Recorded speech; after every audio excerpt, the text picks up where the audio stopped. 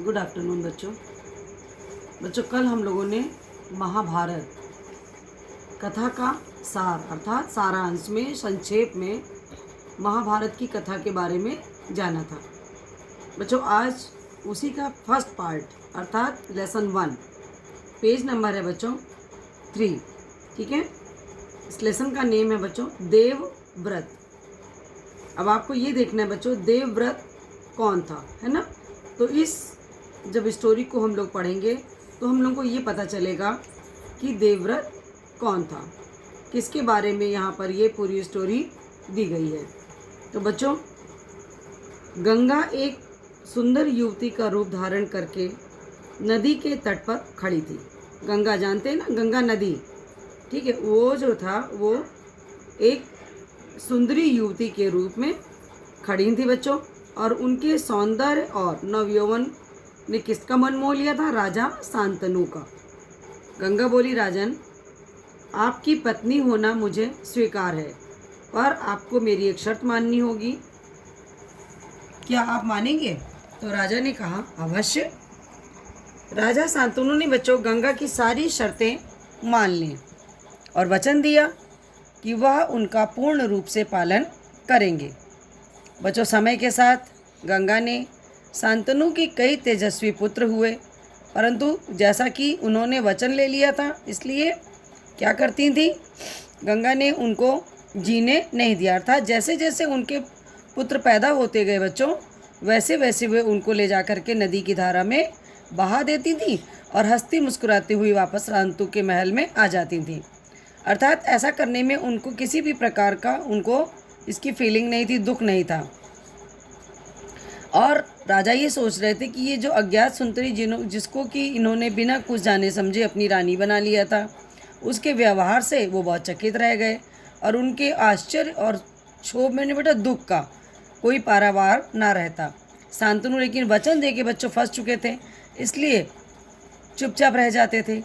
जब 7 बच्चों को वो इसी तरह से बहा चुकी गंगा, तो जब 8वां बच्चा पैदा हुआ तब गंगा उसे लेकर फिर नदी की ओर जाने लगी। तो अब जाके बच्चों शांतनु से रहा नहीं गया और बोले कि तुम माँ होकर अपने नादान बच्चों को बिना किसी कारण के क्यों मार रही हो? ऐसा व्यवहार तुम्हें शोभा नहीं देता है। राजा की बात सुनकर गंगा मन ही मन मुस्कुराई, लेकिन क्रोध का ऐसे अभिनय करते हुए बच्ची बोली कि आप लगता है अपना वचन भूल गए हैं। मैंने आपसे कहा था कि आपको पुत्र से ही मतलब है, मुझसे नहीं। आपको मेरी क्या परवाह है, ठीक, पर शर्त के अनुसार अब मैं नहीं ठहर सकती। हाँ, आपके इस पुत्र को मैं नदी में नहीं फेंकूंगी और इस अंतिम बालक को मैं कुछ दिनों को लेकर जाऊंगी और इसको मैं पालूंगी, और फिर जब ये थोड़ा बड़ा हो जाएगा तो मैं पुरस्कार के रूप में आपको इसे लाकर वापस सौंप दूंगी। इस तरह की बातों को कह कर के बच्चों शांतनु से गंगा जो थी वो अपने बच्चे को साथ में लेकर के वहाँ से चल दी। बच्चों ये बच्चा जो था, यही बच्चा आगे चल कर के क्या बना? भीष्म पितामह बना। ठीक है बच्चों, भीष्म पितामह के नाम से विख्यात हुआ, साथ प्रसिद्ध हुआ। अब बच्चों गंगा के चले जाने के बाद राजा जो थे शांतनु का मन किससे? सब चीज़ों से विरक्त हो गया। उन्होंने बच्चों भोग विलास से भी अपना मन हटा लिया और अब क्या करने लगे? राजकाज में बच्चों मन लगाने लगे। एक दिन क्या हुआ बच्चों कि राजा शिकार खेलते खेलते गंगा के किनारे पहुँचे तो देखा कि किनारे पर खड़ा एक सुंदर और गठीला युवक गंगा की बहती हुई धारा पर बाण चला रहा था। तो बाणों की बौछार से बच्चों गंगा की प्रचंड धारा एकदम रुक गई थी। मतलब सोचिए कि बाणों में इतना तेज था बच्चों कि गंगा की धारा भी उससे रुक गई थी। यह दृश्य देखकर शांतनु दंग रह गए। इतने में बच्चों क्या हुआ, राजा के सामने स्वयं गंगा आ गई और बोली, और उसने क्या किया? गंगा ने युवक को अपने पास बुलाया और राजा से बोली, राजन पहचाना मुझे और इस युवक को? यही आपका और मेरा 8वां पुत्र देवव्रत है। अर्थात गंगा ने उनको कौन सा नाम दिया था बच्चों उस पुत्र को?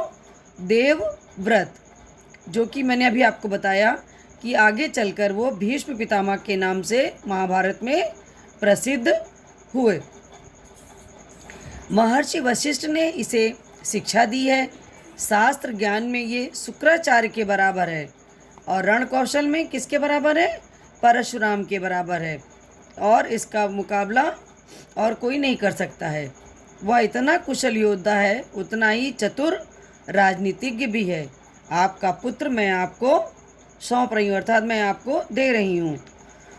अब इसे ले जाइए और अपने साथ। गंगा ने बच्चों देवव्रत का माथा चूमा और आशीर्वाद देकर राजा के साथ विदा कर दिया।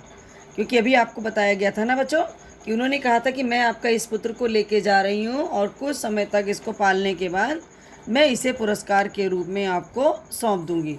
तो बच्चों इस प्रकार से गंगा ने राजा शांतनु को उनका पुत्र देवव्रत सौंप दिया। ये तो था बच्चों देवव्रत के बारे में कि देवव्रत कौन थे, उनकी माता कौन थी। ठीक है, तो यहाँ तक हम लोगों ने बच्चों इसका अध्ययन किया है। इसके पश्चात इससे जो छोटे छोटे क्वेश्चन बन रहे हैं वो हम आपको नेक्स्ट कराएंगे। ठीक है बच्चों, आप भी इसमें से पढ़िएगा इससे अब जो क्वेश्चन बनेंगे आप भी उनको देखिएगा और बाकी के क्वेश्चन हम स्वयं करवाएंगे आपको। थैंक यू बच्चों।